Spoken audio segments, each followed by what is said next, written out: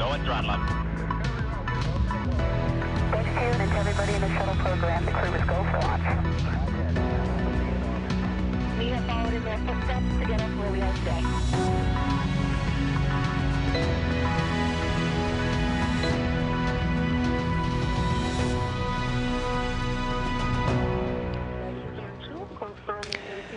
Good morning. Thank you for joining us for our live coverage of the hatch opening of Starliner spacecraft. You're getting a live look inside the International Space Station Flight Control Room.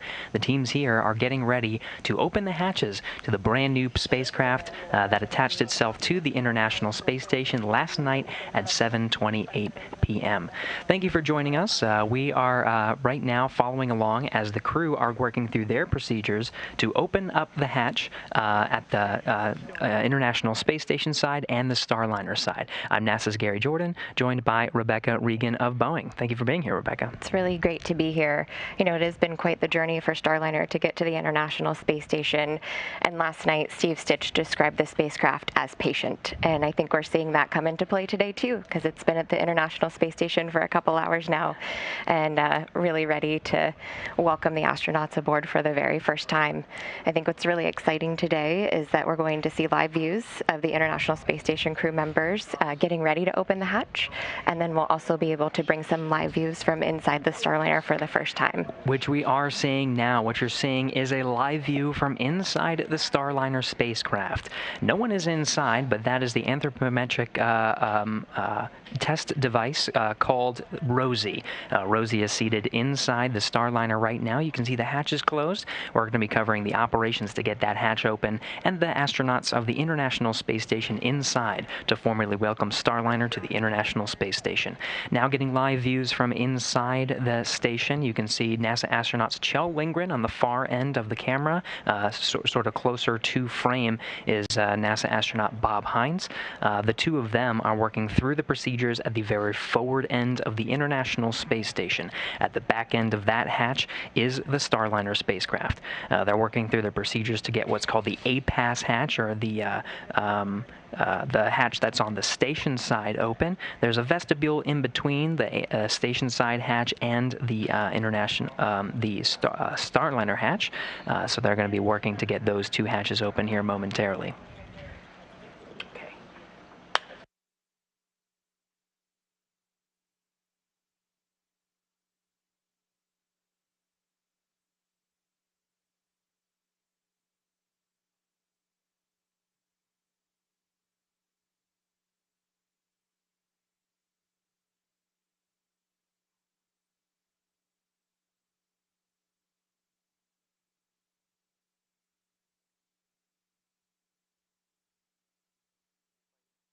Use station from node 2. We are in step 5.4. 5-minute clock started. Copy. 5-minute clock started.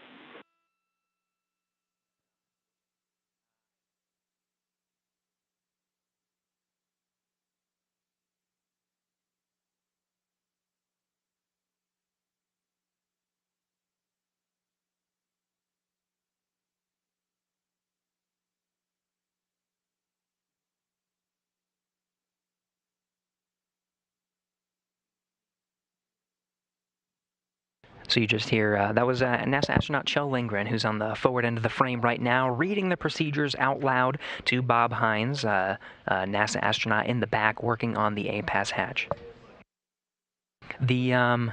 What has happened up to this point is there is a space in between the two hatches called the vestibule. The vestibule itself has been at vacuum for quite some time. To get ready to open up the hatch, they need to bring that vestibule up to the same pressure that they're experiencing right now, the same pressure that you would experience on sea level on Earth, so about 14.7 pounds per square inch. That has been brought up to pressure, so right now the vestibule is pressurized. They're just performing a leak check and to check the stabilization of that pressure. Once they get word that the pressure is stable on the inside, they'll get the go from the teams here in Mission Control Houston to open up that hatch.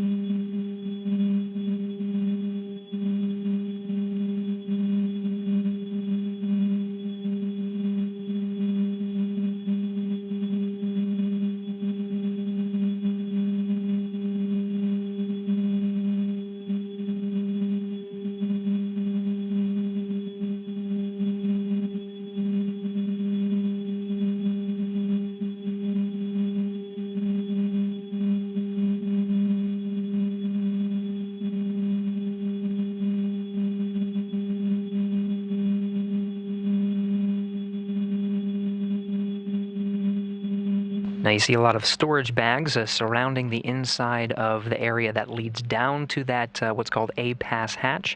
That's the hatch on the station side. Those bags are filled, you can see, with some padding. As part of the hatch opening procedures, the hatches themselves are made out of metallic alloy, so they need to be covered with some special padding, just really as a safety measure, just in case anyone bumps up against it. That extra padding provides easy navigation between the hatches once they're open.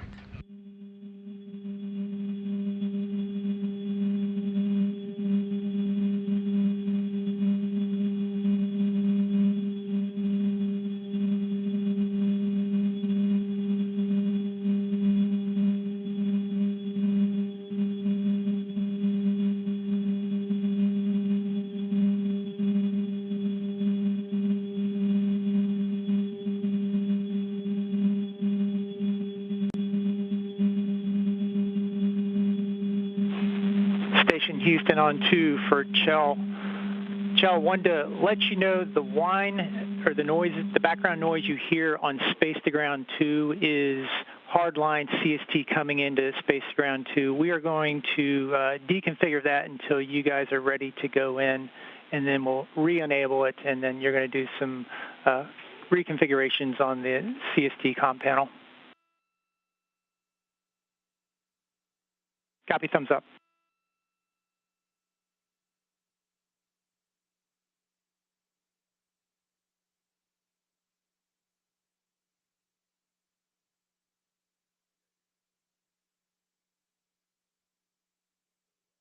That was International Space Station Capcom, Rob Hayhurst, relaying up to the crew. There is a hum on the Space to Ground. We're pushing it down for our viewers that are watching our coverage today, as they work to make sure the hum on Space to Ground 2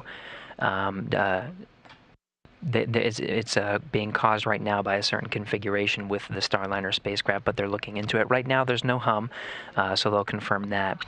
In the meantime, you can see some of the bags that were referenced on the outside of the pressurized mating adapter contains some safety goggles. Now, being that this is a brand new spacecraft, the safety goggles are a protective measure, including masks. You can see they're about to don the masks right now.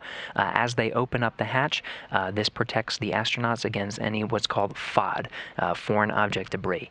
Now, because the Starliner spacecraft is not inhabited and there's no one on the other side of that spacecraft, this is more so a safety measure, just as the astronauts open up the hatches to a brand new spacecraft with limited insight as to what's inside. These are standard safety measures that are exercised for any visiting vehicle that's approaching the International Space Station. You would see this as a common practice for any of the uncrewed cargo vehicles that regularly fly to the International Space Station.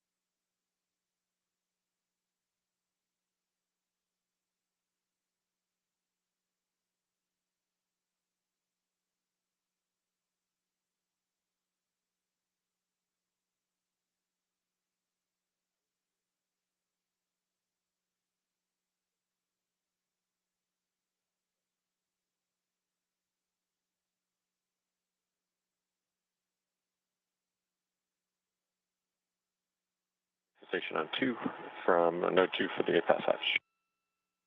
With you on 2, Chell.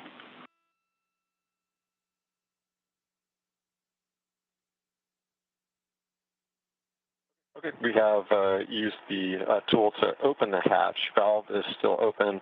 A little bit of difficulty opening it, so I think the hatch seals have not fully relaxed. We're going to wait additional 5 minutes, if that sounds good to you.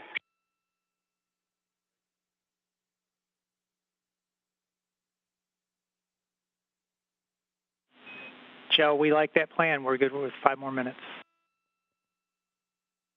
Okay, copy.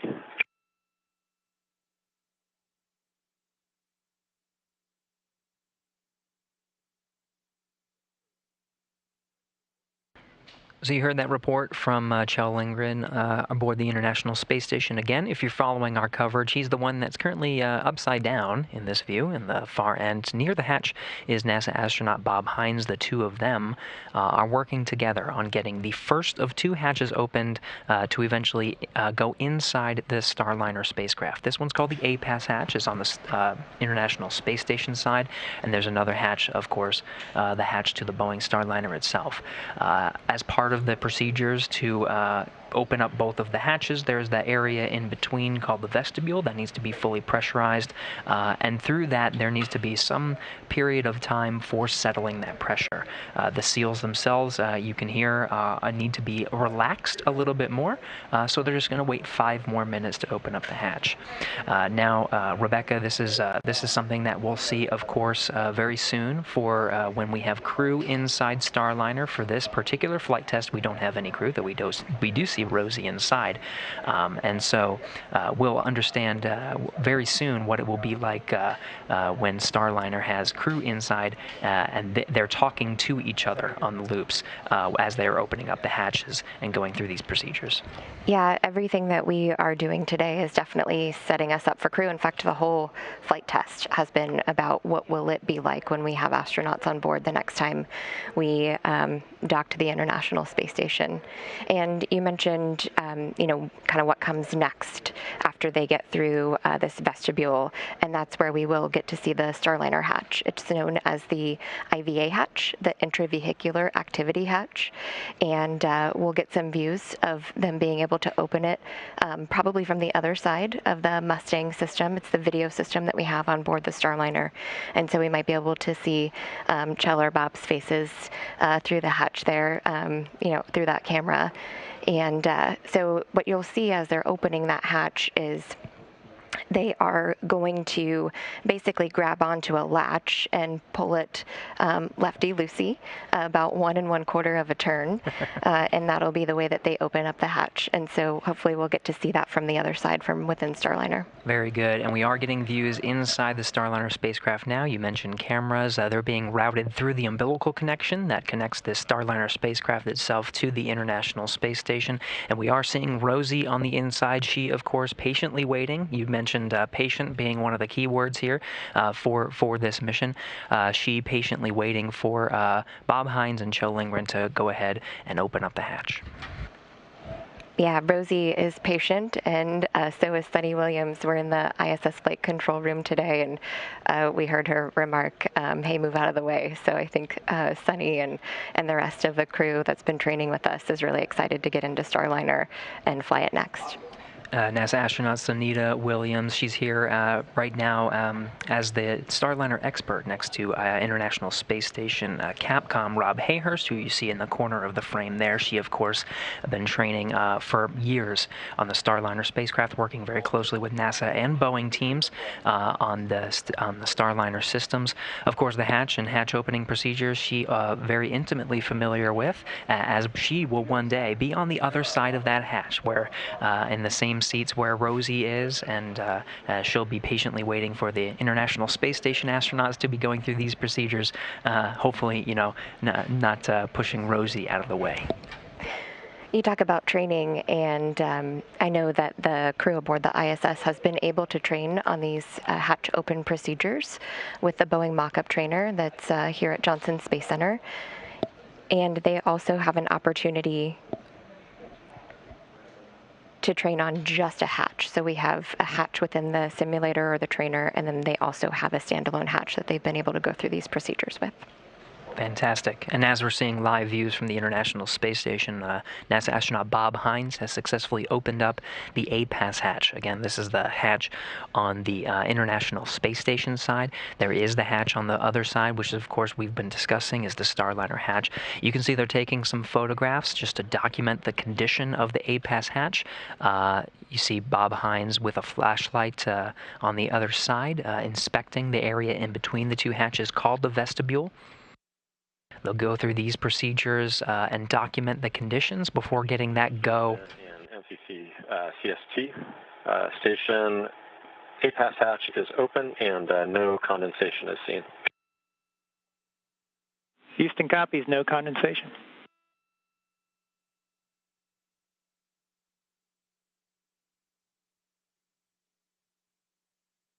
And that's a good report from NASA astronaut Kjell Lindgren, again documenting the conditions of the APAS hatch and the vestibule in between the two hatches. They'll continue to do so. They'll continue to inspect and document the conditions before they get a series of next steps to go ahead and open up, of course, the Starliner hatch, which we, of course, are very patiently waiting for. And I wouldn't be surprised if we have to patiently wait a little longer. The crew will actually check the pressure of the Starliner capsule. They want to make sure that it's at 0 pressure. It's really important. So they'll be turning some knobs. They can manually change the pressure of the spacecraft and get it to the right pressure before opening. And they'll be able to watch that through a gauge that's on the IVA hatch on the space station side.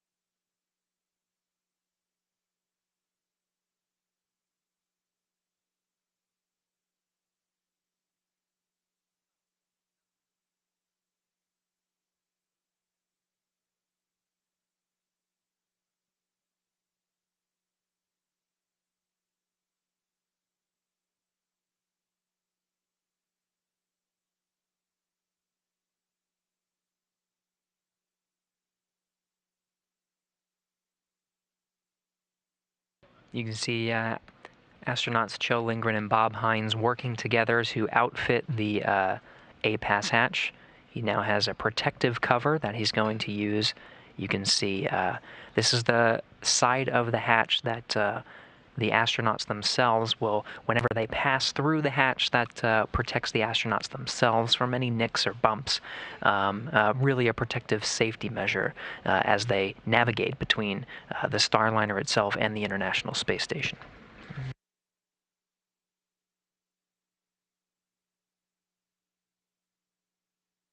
Salon 2 for GA. Go ahead, Sam. For STAPA 5.7.2, I need to remove that wastewater QD on the UIP. There is a note there that's confusing me a little bit. It tells me, or reminds me to remove it from the REC interface panel, not the station side UIP. Only access to one QD. The other side of that hose disappears behind like a Velcro caption tape area, and it's basically the QD that is right next to the N2 QD that I disconnected at the very beginning of this activity this morning. Just looking for confirmation that I'm looking at the right thing. Checking.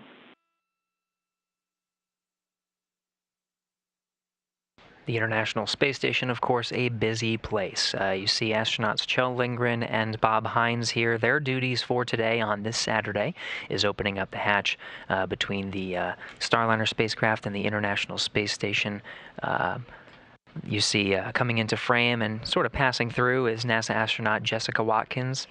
She'll be aiding with some of the setup procedures for setting up the cameras and getting ready for a formal welcome ceremony that we'll perform with all Expedition 67 crew members here very shortly. The communications you heard on the Space to Ground was Samantha Cristoforetti. Of course, the space station is a very busy place, and even on a Saturday, she's got some work to do. She's working on some maintenance of the oxygen generation system, swapping out some hoses. We think you are looking at the right hand. Gary, I think we'll see specifically for Starliner some setup for a duct system that'll push through air-conditioned air into the spacecraft so that when the astronauts enter, there's nice clean air in there. Okay, fantastic. Yeah, that's the right one. Thank you.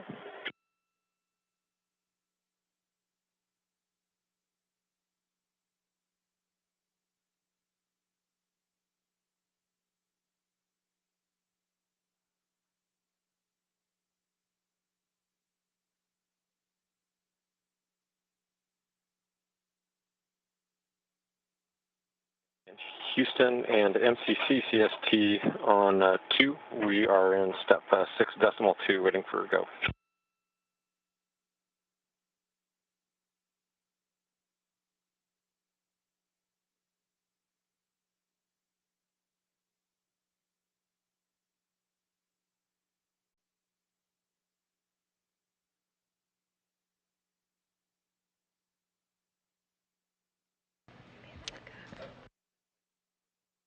And we have a normal handover of the video link from the International Space Station. You see this is the live view of the International Space Station flight control teams. They're helping Lindgren and Hines through the hatch opening procedures, and of course, all of the crew members aboard the International Space Station. We'll be regaining that video shortly. Yeah, Kjell, Houston, CST down here. We are go for you to pick up in step 6.2. And we're going to have some deltas for you in this procedure, so once you get complete with step 6, call us back. We're going to do some audio panel reconfig before step 7. Okay, station copies. We're go for 6.2, and we'll call you back when we're complete with step 6. Good readback, thanks.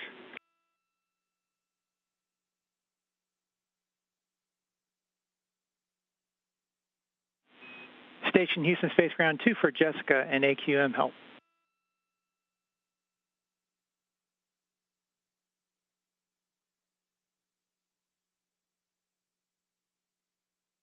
Go ahead on 2. Hey, Jessica, we need your help to recover the lab AQM. We see it has gone offline. We just need a repower from you. You can reference procedure 2.5.071. And this is to recycle power on the lab AQM1, which is in lab deck 2, serial number 1007.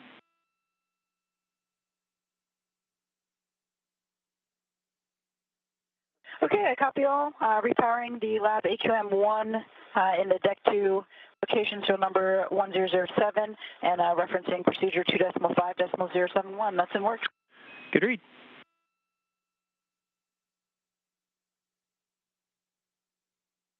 And Houston on 2 for the OGA activity. Go ahead, Sam. I disconnected that QD at the wastewater line. However, I had to reconnect it. It's leaking quite significantly. Okay, copy. Significant leak, and you reconnected it.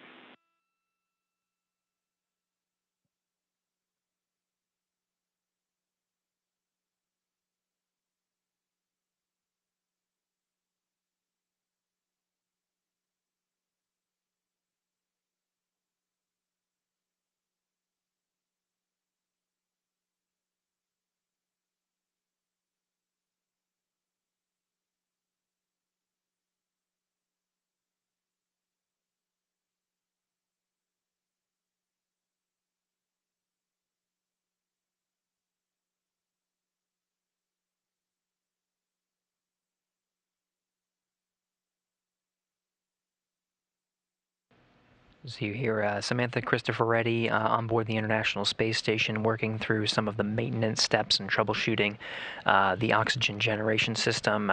Everything looking good on that end, though. She'll continue to work through her steps. In the meantime, we'll focus on Kjell Lindgren and Bob Hines. You see them at the forward end of the International Space Station. Station Houston on 2 for Sam. I'm sure you're already doing this. You go ahead and clean up the water. We estimated it was 280 milliliters that leaked, and this was potable water, so no concern with the type of water it is. Okay, understood. Yes, I clean up. And we're working on instructions. Yep, we're working on an additional follow-up on how to mitigate this leak. Okay, thank you.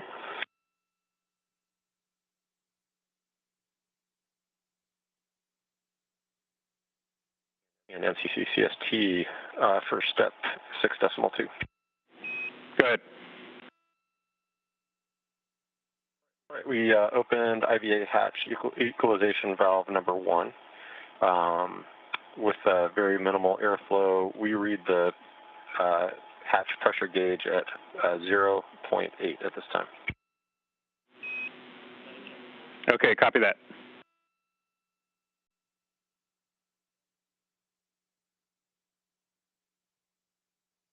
And to be clear, we opened the equalization valve that is across or opposite the handle, the hatch handle.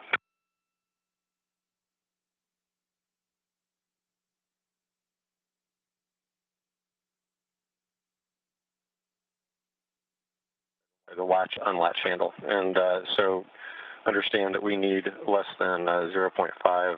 Do you want us to wait or continue? Yeah, we're talking about a 10x1. Got it, copy.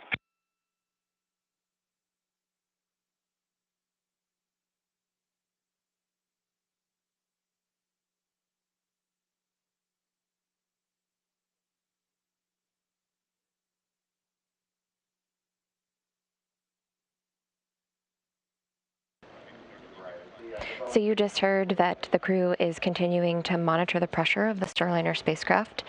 They have turned those dials and are watching the pressure gauge, and then hearing from flight control teams that they need to wait a little bit longer before they can go inside the Starliner. Hey, Kjell, just a quick clarification for the ISO valve that you guys operated. It was the one at the ISS deck on the opposite side of the latch handle. So it'd be at about the 6 o'clock if you're looking at the hatch.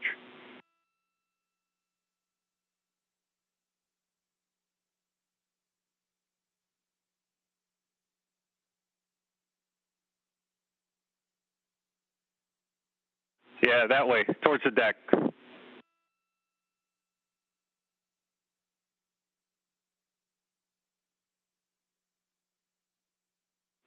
on the flat side of the hatch. That's the one we intend to open. The one on the deck is towards the deck is the one that we actuated, and we were unable to find numbering for IMV 1 and 2, so we just used the video to identify which one was IMV 1.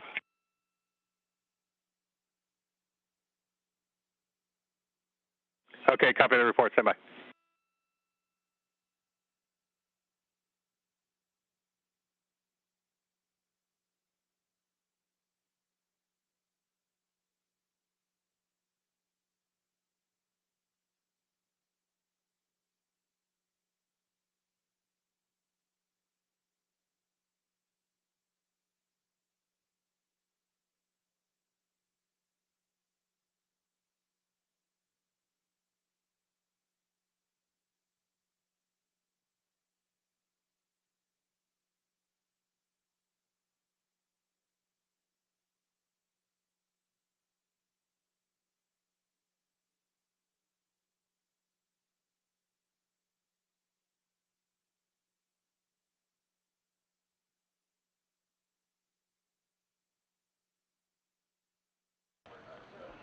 Once we get to the right pressure on the Starliner spacecraft, the next step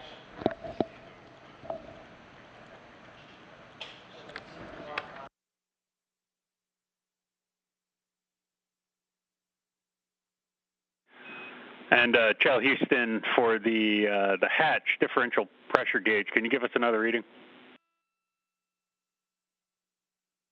Okay.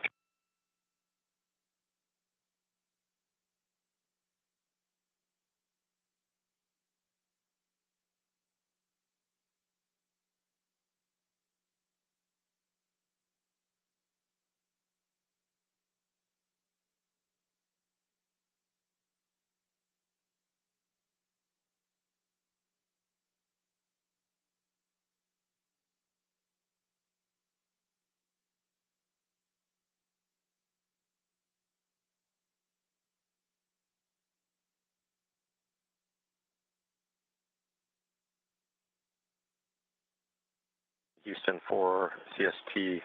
The needle is on the edge of the green range, between the green range and the white range. So looking at the numbering, it looks like it's 0.7 or 0.8. All right, copy that. Thanks for the report.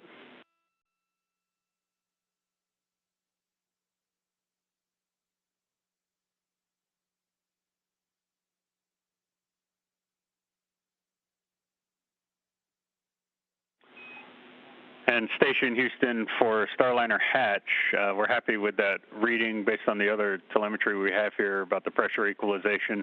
So you're go to pick up with the CST hatch opening. Okay, copy, go to open the CST hatch.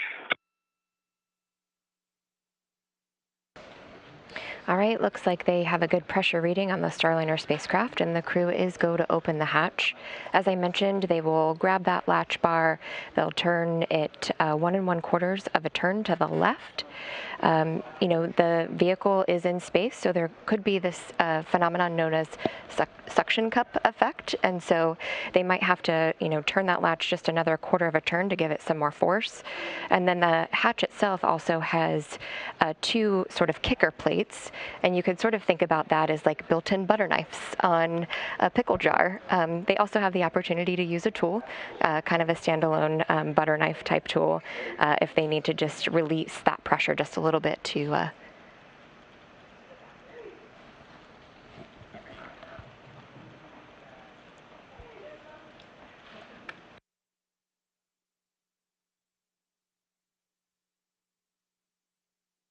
All right. And it looks like the hatch is open to the Starliner. We're getting Bob Hines is the first astronaut to enter Starliner in orbit, successfully opening up the hatch. This view coming from the Starliner itself. See 11:03.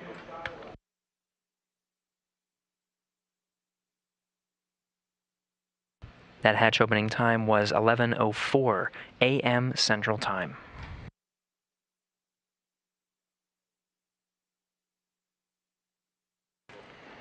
Hey, Chell, Farmer, Houston, if you can, just a reminder for the PPE for ingress.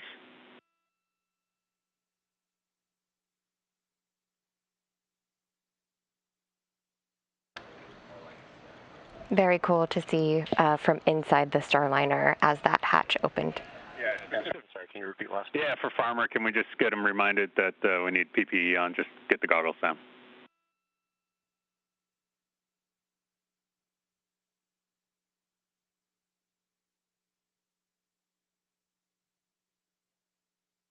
Thank you.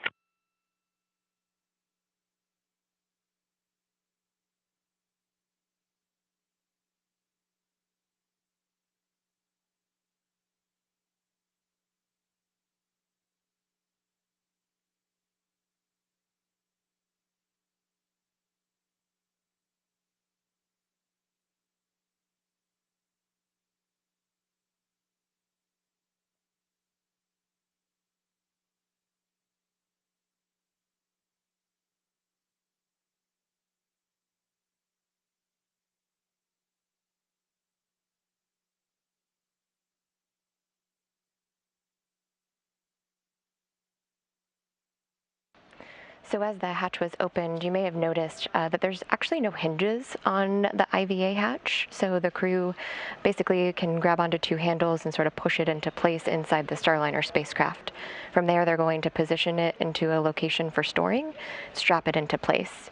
And one of the next procedures that they've got is they're actually going to latch the other hatch, the hatch that the crew would enter if they were going to be launching on the Starliner, just for precautionary purposes. That would be done, obviously, if there were a crew riding up on Starliner, but this time around, the International Space Station astronauts will be doing that. We did see that side hatch open when we saw some of the video of some of the teams out at the launch pad prepping the Starliner, and that's the hatch that's being referenced, that hatch on the side. This, of course, being the forward hatch, now open, 11:04 a.m. Central Time. You can see Kjell Lindgren peeking through. Of course, Bob Hines was the first astronaut to enter the Starliner in orbit. They're wearing their personal protective gear as part of a standard safety measure as they enter uncrewed spacecraft. They'll be being the first humans to enter. Just make sure there's no FOD or foreign object debris surrounding. Getting crystal clear, high-definition views from the cameras inside Starliner. They have cameras in hand to document the condition of Starliner. Those images will be sent down to teams here on the ground to analyze, to see the condition of the Starliner, as these humans are the first to see it from the inside in orbit. Starliner is equipped with 4 cameras inside the cabin. So we're seeing the IVA hatch camera. We saw the Rosie views, and that is basically looking at the commander seat. There's also one that shows a view of the whole cabin, and so you might be able to see the gravity indicator a little bit better in that view, and that is Jebediah Kerman from the Kerbal Space Program.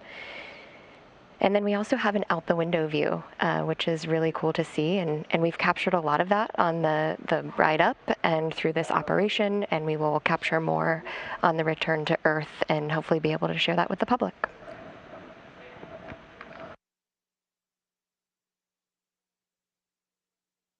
And we're getting a new view now. As you mentioned, Rebecca, 4 cameras inside the Starliner spacecraft. We're now getting a view of Kjell Lindgren, Bob Hines, and Rosie the Rocketeer, all in the same shot. You can even see the zero-G indicator there in the back. Rosie is definitely representative of the entire team that's been working toward this moment. You know, Rosie's motto is "We can do it," and she definitely did it, and so did the Starliner.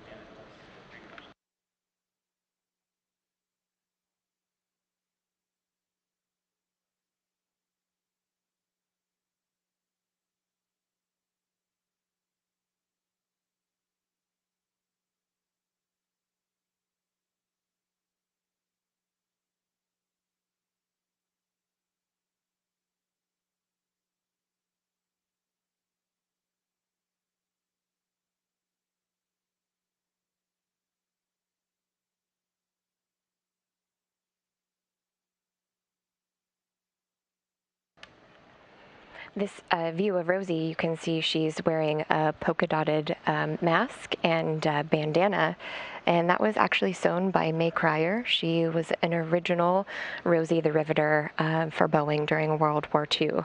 So it's nice to see the fruits of her labor be able to go up to space too.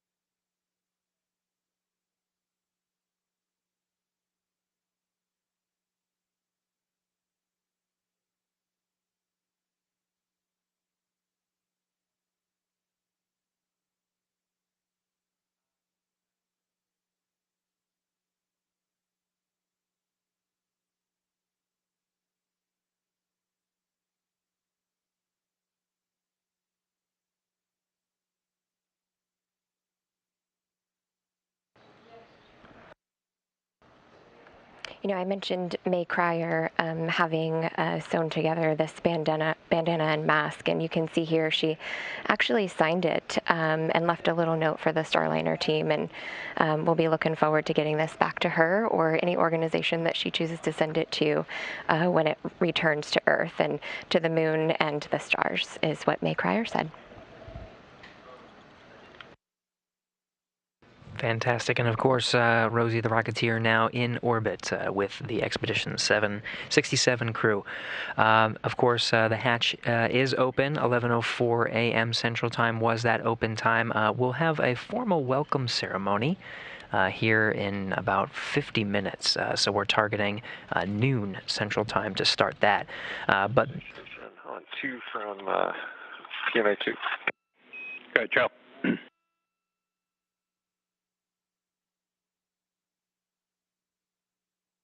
We're looking for the side hatch handle retention strap, and farmer's gone from one end of the post insertion bag to the other, and we have an HLA restraint and an IVA hatch restraint. Are either of these the restraint we're looking for?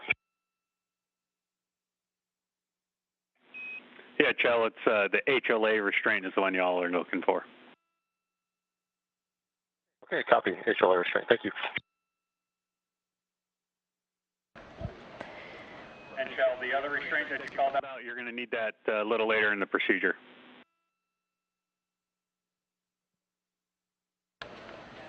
The HLA restraint that they're talking about with the crew is actually, what's going to be put over that side hatch that we mentioned earlier. Just a precautionary measure because there's no crew on board to have latched that into place before launch. They're going to go ahead and take care of that here, and that'll just keep them safe. As they're moving about the cabin, they're going to have a number of things that they'll be doing aboard the space station, charging tablets, removing cargo. So just a precautionary measure that they're going to go ahead and put that restraint on.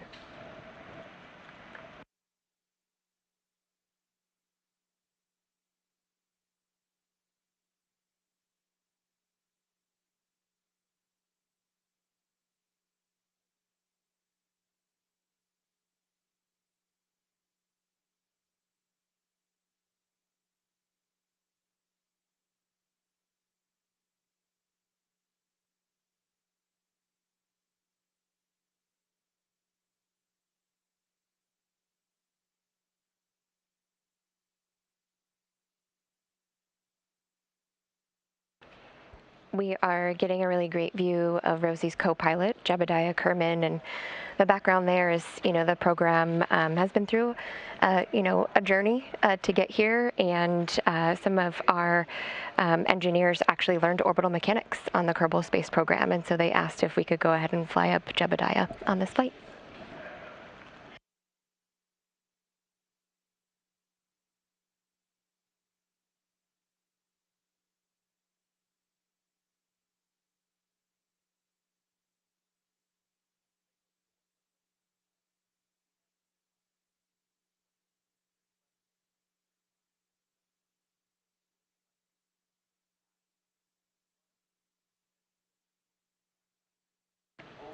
The other thing that we're seeing in view here is some patches on Rosie, and so the one on the left is the Orbital Flight Test 2 patch. That is a patch that was designed with our teammates in mind, and on it is a thumbprint. And the whole purpose behind that, or the symbol behind that, is that everyone has had, a hand in creating this this vehicle and getting it to where it is today.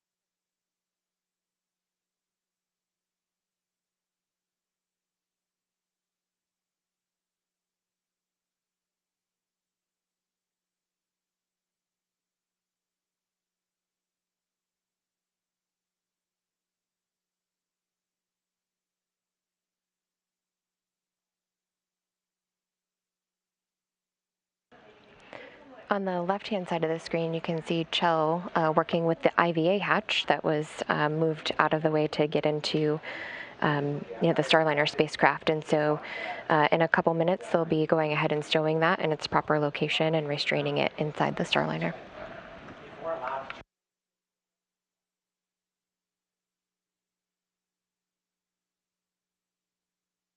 Now inside the Starliner is NASA astronauts Bob Hines and Kjell Lindgren. You can see at the end of the Node 2 forward hatch. So this is there's 3 hatches that you have to pass through from inside Starliner to get into the International Space Station. You got the IVA hatch, which is the Starliner hatch, the APAS hatch, and then the Node 2 forward hatch. At the end of Node 2 is cosmonaut Denis Matveyev. He will be joining the other cosmonauts and the rest of the Expedition 67 crew later. We're looking at the top of the hour, noon Central Time, to formally welcome Starliner to the International Space Station. In the meantime, the crew, of course, are focusing on the procedures to get the hatch secured and some closeout procedures inside Starliner. They'll revisit more procedures later, performing some tests with the communications, C2V2, common communications for visiting vehicle systems on both sides, but we will have some time to formally welcome the Starliner's arrival and the hatch opened now that astronauts are inside the crew spacecraft. Station for CST. Go ahead. Side hatch handle retention strap has been has secured the hatch handle. We've taken photos. We see no particulates for doffing PPE, and the IVA hatch seals all look great, and we're ready to proceed into step 7.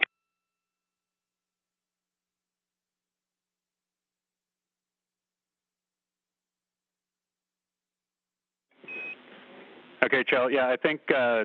The next operation on your timeline takes you to Part 4, which has got a few more Step 6 steps in it. So you can complete those and give us a call back when you're done. Yep, and I see that now. So we are stepping into 6.3. Roger.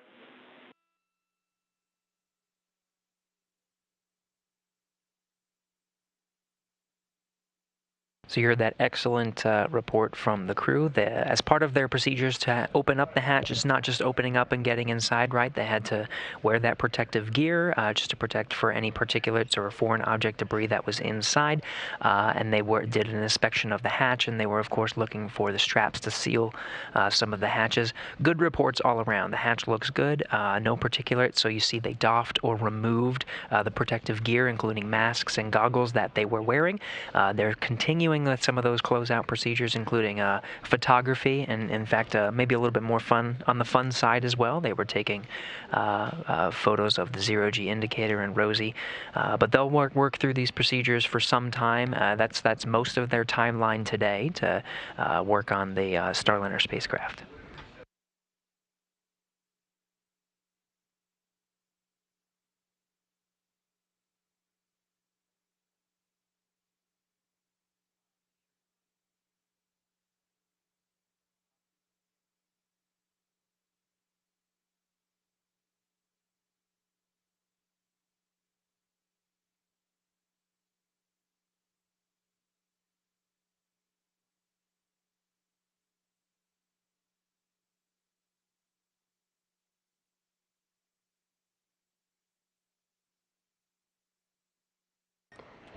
Gary, you mentioned the crew having a little fun taking pictures of the zero-G indicator.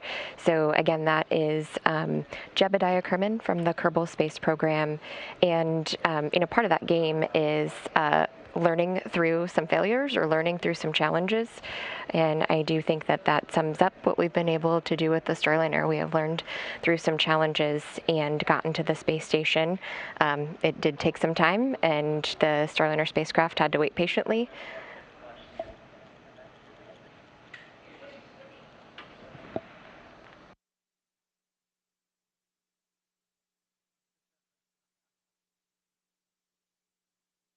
Looks like Chell wants to take center stage on this, but of course that takes the priority. They're doing a full inspection. You can see him looking at some of the display and control panels.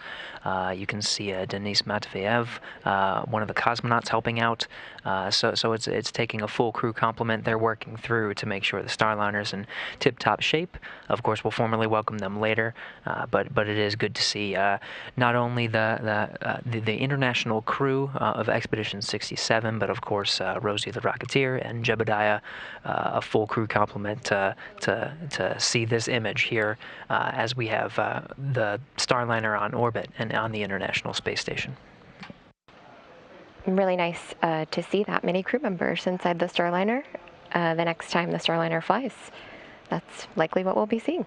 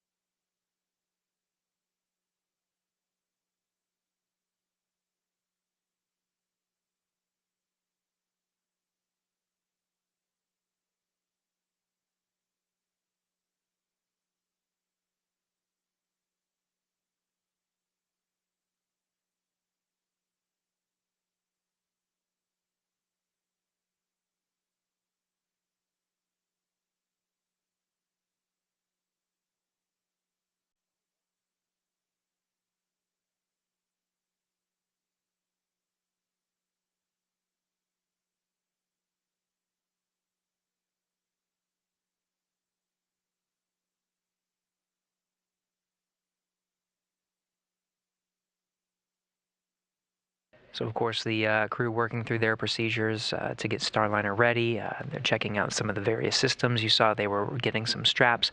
As we get these fantastic views from inside the Starliner spacecraft, you're seeing sort of the lighting conditions change on the inside. There are multiple windows inside the Starliner spacecraft. There is one right above the head of Rosie the Rocketeer. Now, the International Space Station right now is 261 statute miles over Western Africa in an orbital daytime. So what you're seeing in that change of scenery is the sun as we are in an orbital daytime. We will enter into more of an orbital darkness and get into an eclipsed phase where the sun is blocked by the Earth itself as the station orbits, and you'll see those lighting conditions change even more. Yeah, great view out the window for the commander. So you probably want the commander seat if you're going to be riding the Boeing Starliner.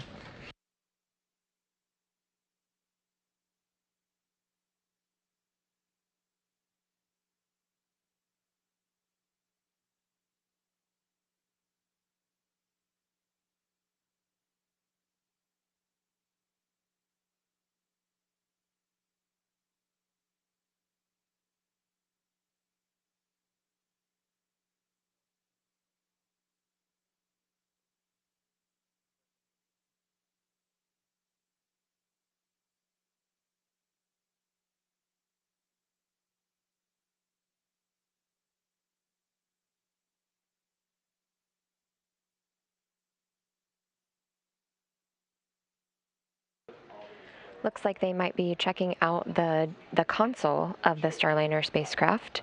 Certainly different than the Space Shuttle era spacecraft. Compared to thousands of switches and dials, you've got about a dozen, and then you've got electronic displays that show you what the Starliner's up to.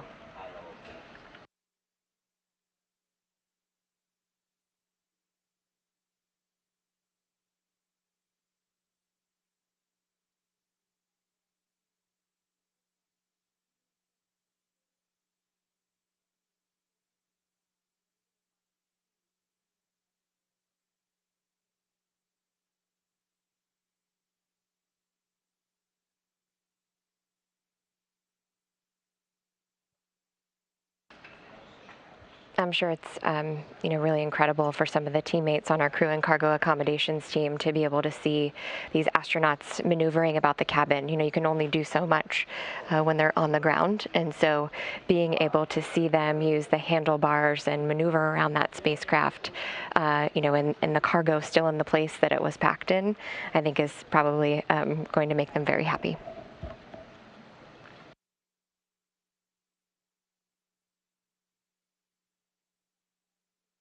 So you see the crew now. This is the IVA, the intervehicular hatch. This is the Starliner hatch. It is a free-floating hatch, not on a hinge or anything. But they did find the hatch cover. You can see they're covering it now. And that hatch weighs about 100 pounds, but in zero-G, that doesn't really matter. It's just a little bulky to move around, but not heavy in any way. We're also getting a good view from this camera angle. Again, there are 4 cameras on the inside of Starliner. We've seen now 3 of them. Very lucky to be seeing this as they work through their procedures to cover that free-floating hatch. But we're also getting a good view of the 800 pounds of cargo that Starliner brought up with it. There's 500 pounds of NASA cargo and supplies, and the part of the procedures that the crew will work through over these coming days. Of course, this is a flight test, and they have a lot of test objectives to get through, but there will be some time spent on cargo transfer, getting some of that cargo on board the International Space Station, and then bringing cargo into Starliner to return some things home, including some nitrogen-oxygen recharge system tanks that provide breathable air to the environment of the International Space Station. Starliner will be bringing home 3 of those. The other thing that they're going to be looking to recharge aboard the Starliner is the Starliner's batteries. A couple other things that they will be doing is conducting audio checkouts between the Starliner and the ISS, the Starliner and Mission Control here in Houston, and they're also going to be, again, planning for a daylight landing. That's something we really want to do when we return to Earth, is land in the daylight.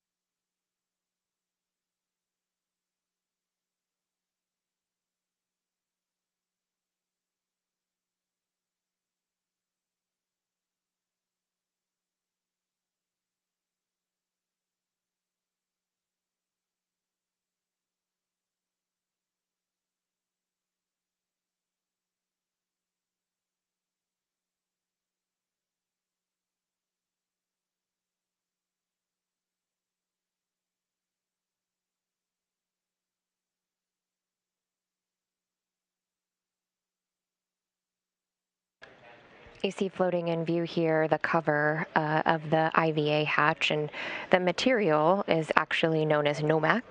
It's the same material that they actually make spacesuits out of.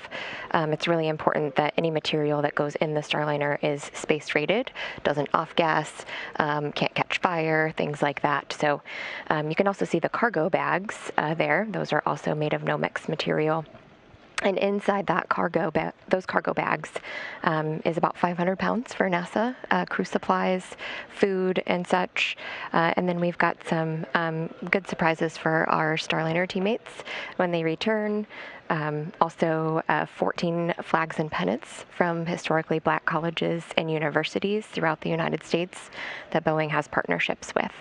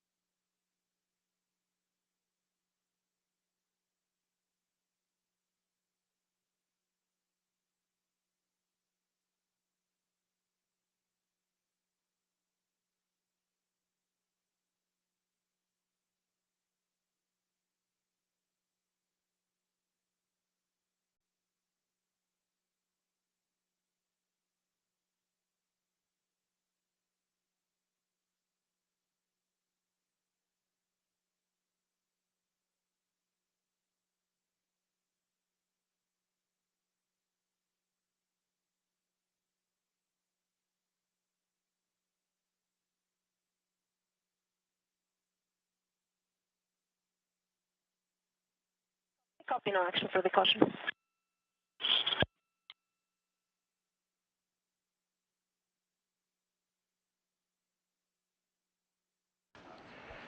As this IVA hatch is moving about the cabin here, you can see some of those items that I was talking about that we couldn't really see in view as they were doing their operations to open the hatch. But there are those valves to, move the pressure in the Starliner spacecraft, and then the gauge, and then also the latch opener itself.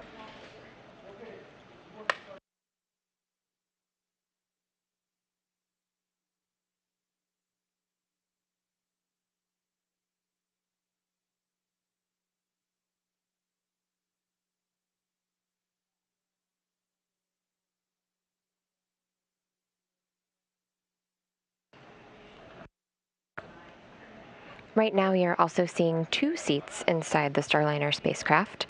Starliner was actually designed to be able to carry a mix of crew and cargo, up to 7 passengers to any destination in low Earth orbit. For NASA missions to and from the International Space Station, though, we can configure it with 5 seats and cargo to make up those other 2 slots. And so for post-certification missions, we would be carrying 4 NASA astronauts, and we've got that 5th seat as place for additional cargo, or maybe another passenger that's outside of NASA's international partnership.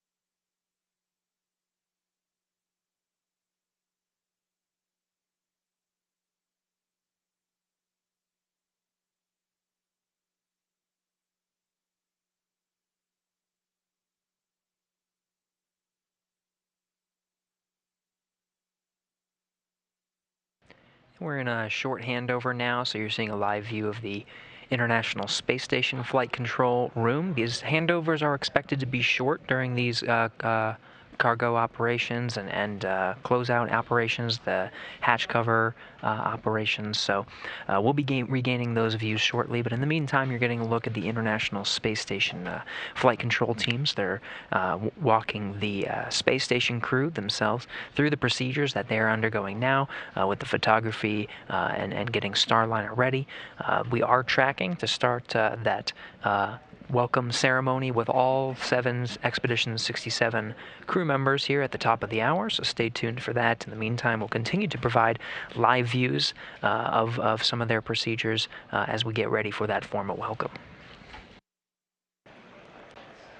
And this is the International Space Station control room. Nearby is the Starliner flight control room, and that was obviously buzzing yesterday as they were working through docking procedures.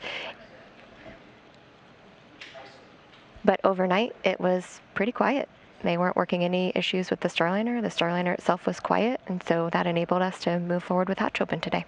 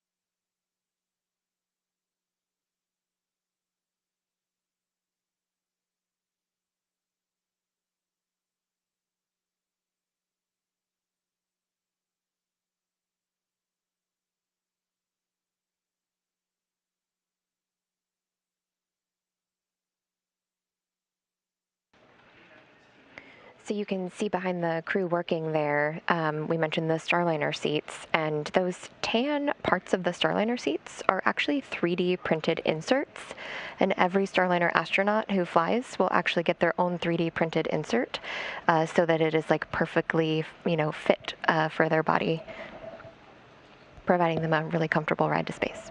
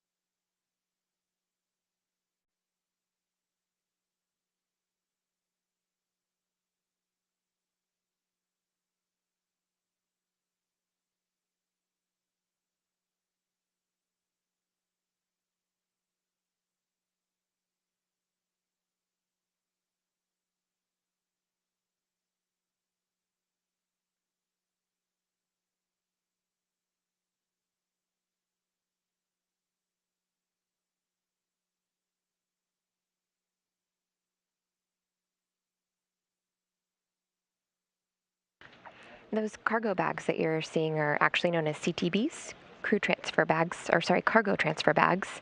The blue ones are actually those mementos that I mentioned. Those are Boeing bags. And then the white ones are the NASA transfer bags.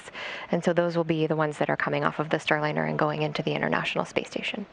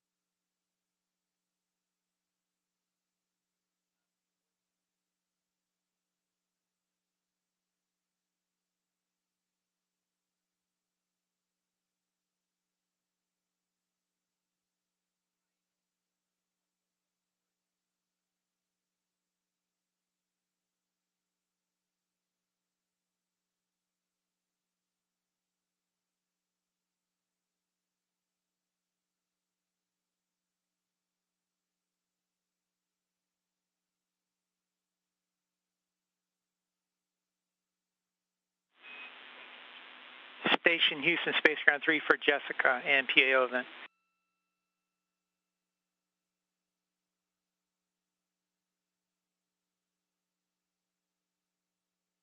Down 3. Hey, Jessica, we did not put a scene and voice check on the timeline today, but when you are ready with all your configs, we would like to do a quick one.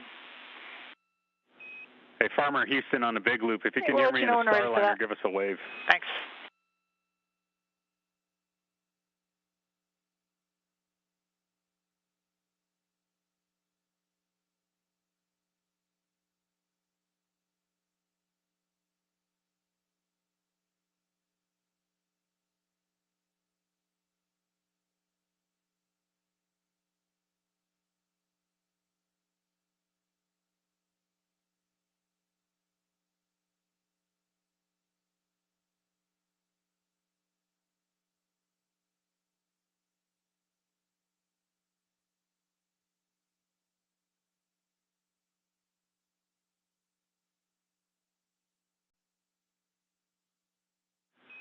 Starliner Houston, space to ground 2 for the hatch. We see it moving around quite a bit. We'd like to get that secured so it's not being it's not as free floating there. So suggestions are either tighten the straps or find a different cargo puck to change the angle so it's easier for the hatch to be retained there against the wall.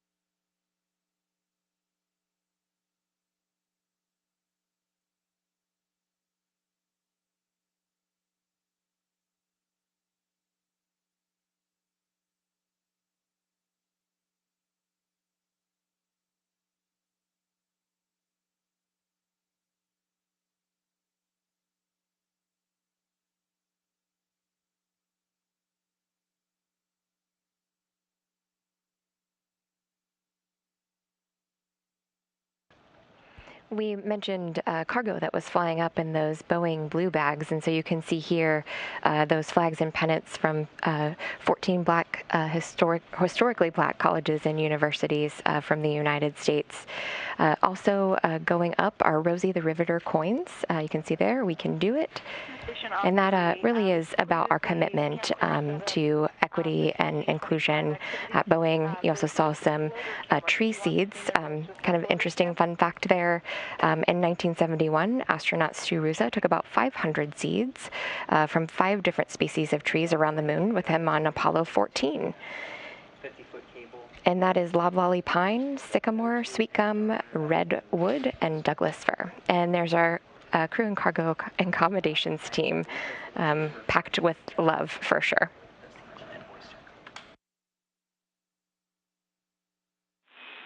Jessica, yes, the floater camera is the one we want the scene and voice check on. And look.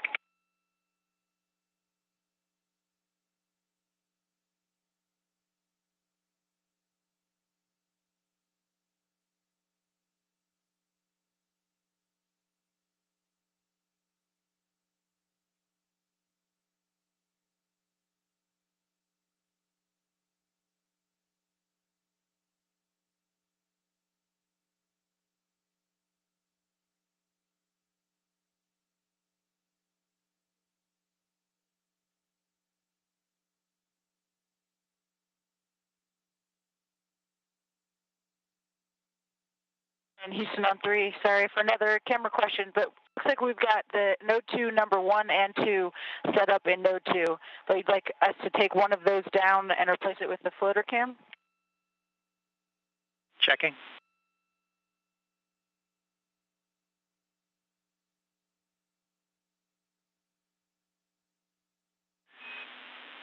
And thanks for keeping us honest, Jessica. Yes, you can pick either one of those cameras in Node 2 to replace it with the floater cam.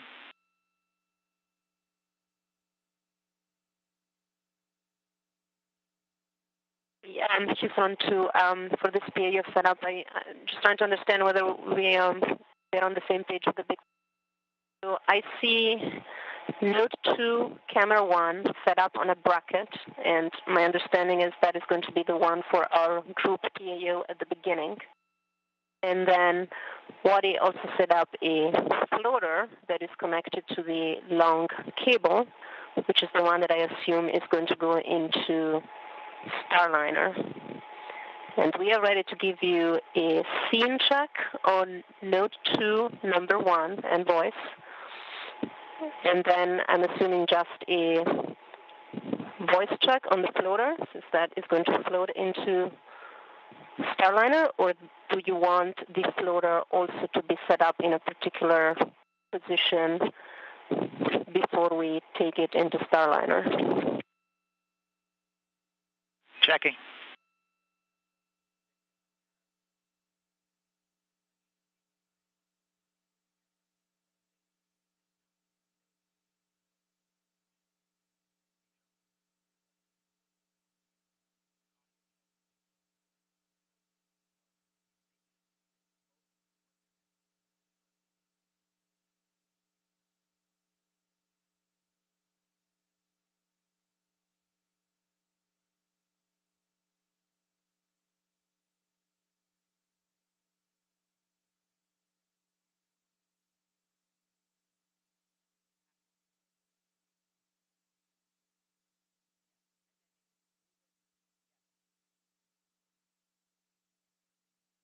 Station Houston on 3 for Sam. So the answer to that is the intention is for the entire event, what's going to happen in Node 2 and when we float into Starliner. It is all on a single camera on the floater cam.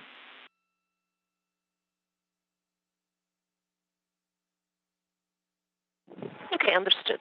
Then we are going to go ahead now and set up the camera that is labeled floater that is connected to the long cable on a bracket, and we'll give you a scene check and voice check on that one. The scene check being for the initial group PAO before the tour in Starliner, and then that same camera is going to be taken into Starliner.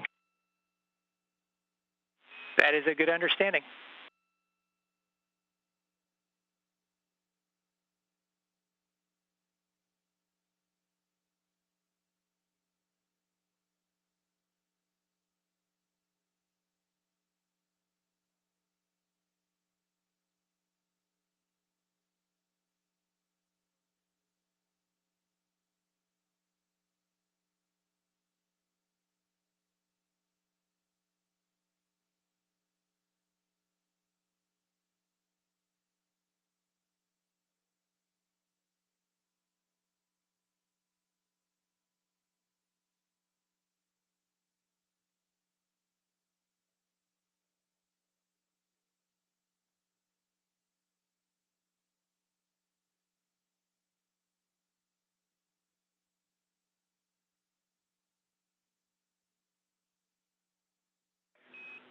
And Starliner, Houston, on the big loop there. As far as the hatch goes, we wanted to offer up the use of some adjustable.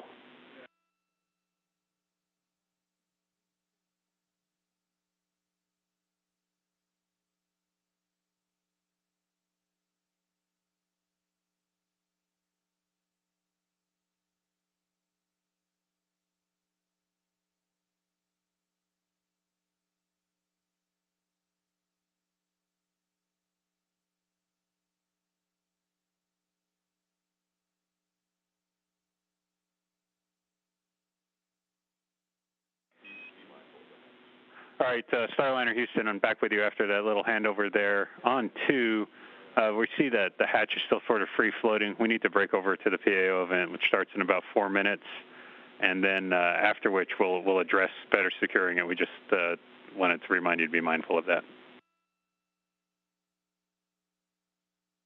And station copies. I've tried both the cargo pucks locations. Cinching down the straps, I think we're just limited to Velcro, so if not, I need some instruction on how to do that. But something to be aware of when we've taken photos is that the bumper that's on the front side of the hatch the hatch doesn't actually contact it at all. The hatch handle on the outside of the hatch actually hits the bulkhead, and the hatch never makes contact with that bumper. Okay, copy that. We're going to talk about it. We're working on that some more, and then also per 7.7, the IMV duct install is complete. Roger, thanks, Joe.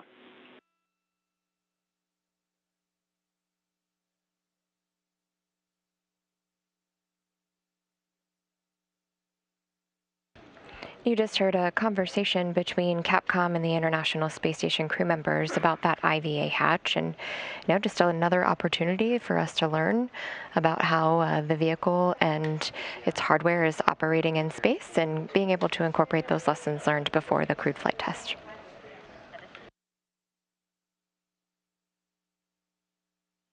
Houston on 2, we are ready for scene and voice check. Houston's ready as well.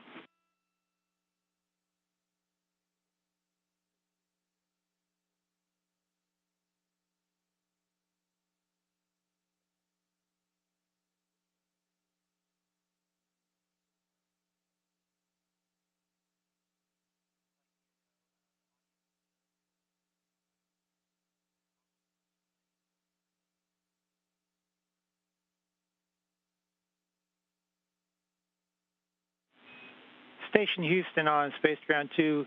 Audio is good. The scene framing looks fine, but we see some icons on the display. If you could toggle those off, it would be a better frame.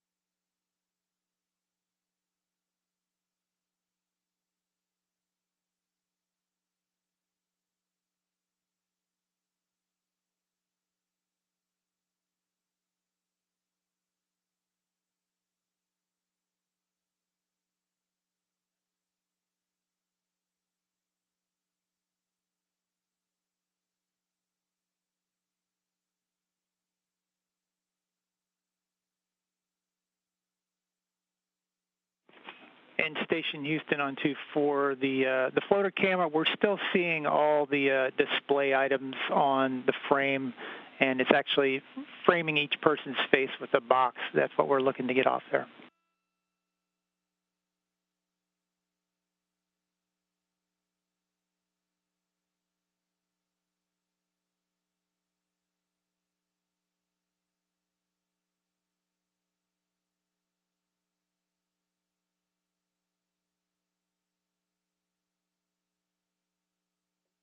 Houston, to us the display looks like it always looks, so if you have any steps for us to try and change that setting, we're happy to do it. Copy, we're trying to get the right words. Do you stand by?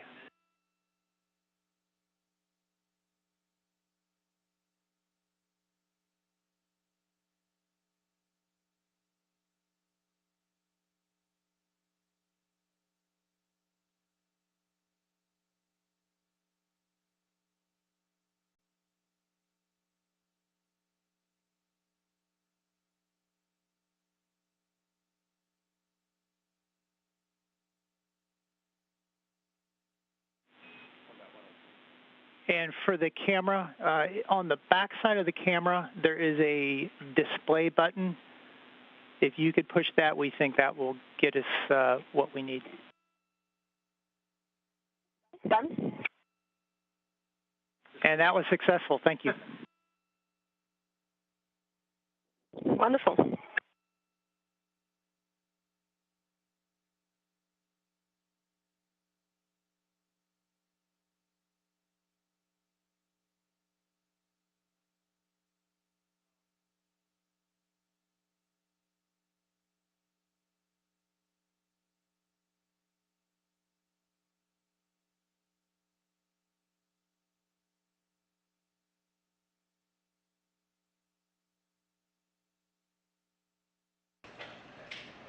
We're still looking at views inside the Starliner spacecraft as the International Space Station astronauts are now inside the space station getting ready for some welcoming remarks for the Starliner spacecraft. First time in orbit and first time to dock to the International Space Station. While Starliner is docked to the space station, we mentioned that there will be a number of checkouts. They're also going to be transferring data from the Vesta system, and that was that system that helped Starliner autonomously dock to the space station. They'll go ahead and initialize Starliner's GPS from the International Space Station state. And they will also do a service module battery checkout. Definitely something important to do because the service module will not be coming back to Earth like the crew module will. So want to get as much data from that vehicle or that part of the vehicle as they can. They're also, as part of a flight test objective, they're going to go ahead and test out the audio. So space to ground loops inside the Starliner spacecraft. And so we'll be looking for that. Might happen while we're on the air today, could happen a little bit later in the flight.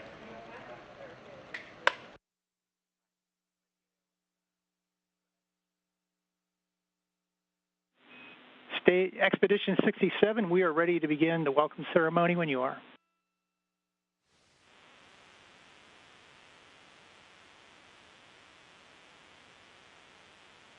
Boeing Starliner, welcome on board space station. I have a lot of friends who work in Boeing.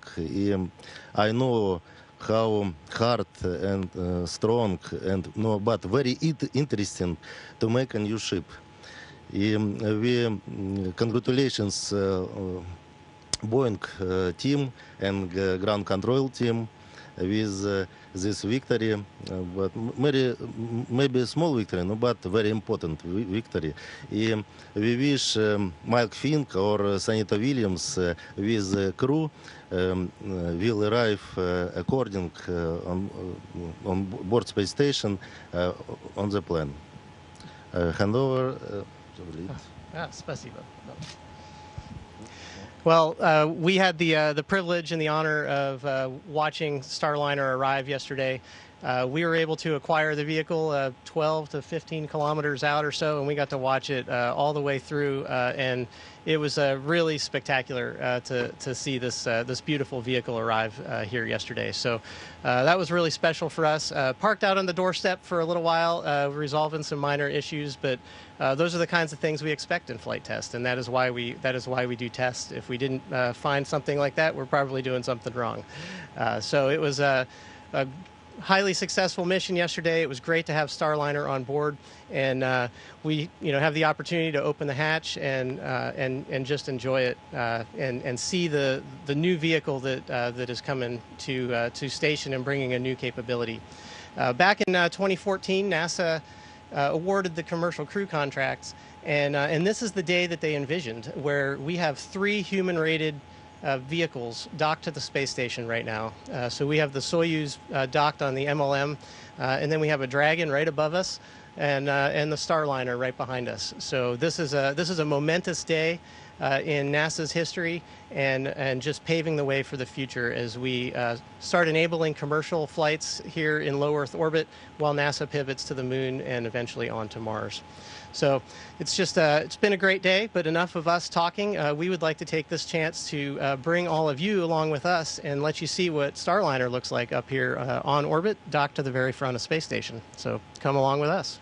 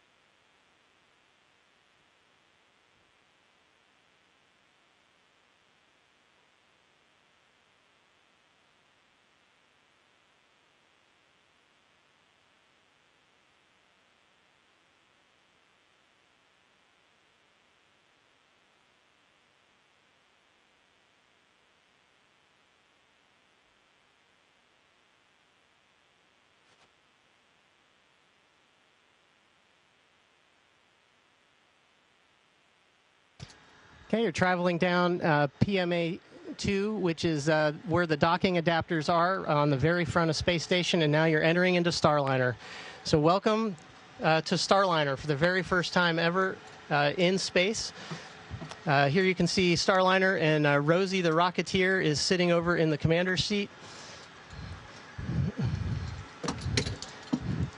along with her zero-G indicator, Jebediah Kerbal.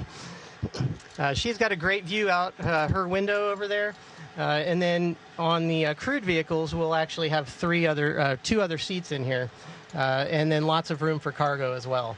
So we hope you enjoyed touring Starliner with us today, and with that, we'd like to hand it back to Houston. Thanks a lot for being here.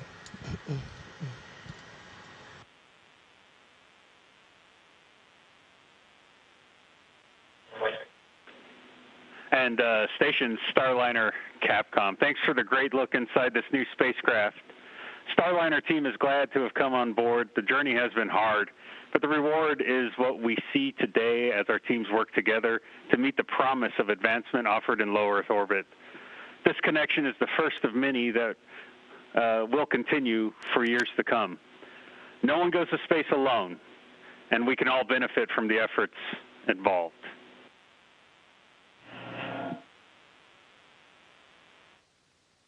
Station, this is Houston ACR.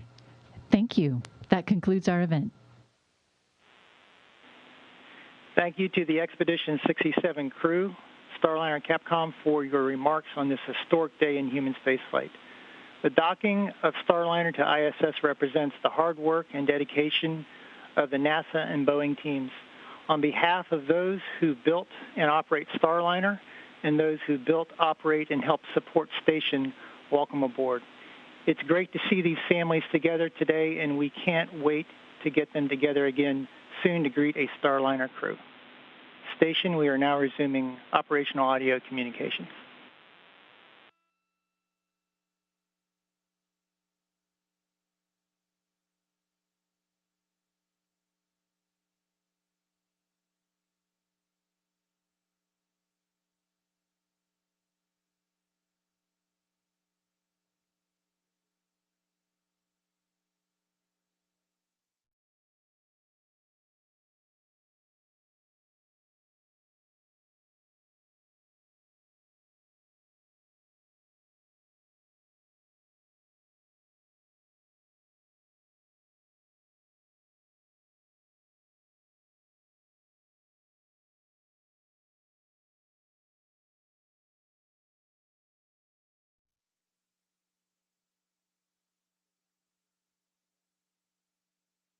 All right. Wonderful words from the crew. We got to follow a lot of the action today with the NASA astronauts Kjell Lindgren and Bob Hines enter into the Starliner. It was Hines who got to be the first human inside Starliner while it was in orbit. They worked through a lot of their procedures to get the hatch covered, and we saw them remove some cargo and get it configured. We saw the ducts go in so they can mix some of the air from the International Space Station itself. A lot has happened, and then, of course, we saw them formally welcome Starliner to the International Space Station. Great words from Bob Hines, who gave us those peeks with Kjell Lindgren. They floated that camera in. Spectacular views on the inside. We've been seeing really a lot of that throughout most of the day. And, of course, words from the Starliner Capcom and from the International Space Station Capcom. So a lot has happened, Rebecca, to get us to this point. Truly a moment to celebrate. Yeah, beautiful words from the International Space Station crew members, and we got to look at Sunny and Mike Fink, who are training to fly Starliner, and you could see them getting a little emotional about it, and so it was really nice to see that because they may be going up in it soon, and that was really what it's all about, is learning to fly so that we can fly crew. That's right. That's what we're leading to next. Now, of course, there's a lot of objectives that the teams are going to be working on to get through some of the testing that's needed during the docked phase. And then, of course, we're looking forward to Starliner returning with about 600 pounds of cargo to Earth. Make sure you go to nasa.gov and check out the latest on our coverage for some of those activities. We'll be sending out more updates throughout all of next week as we continue to monitor the conditions for landing and the times. So stay tuned with us there. In the meantime, that'll do it for us here in Mission Control Houston. Thanks for tuning in.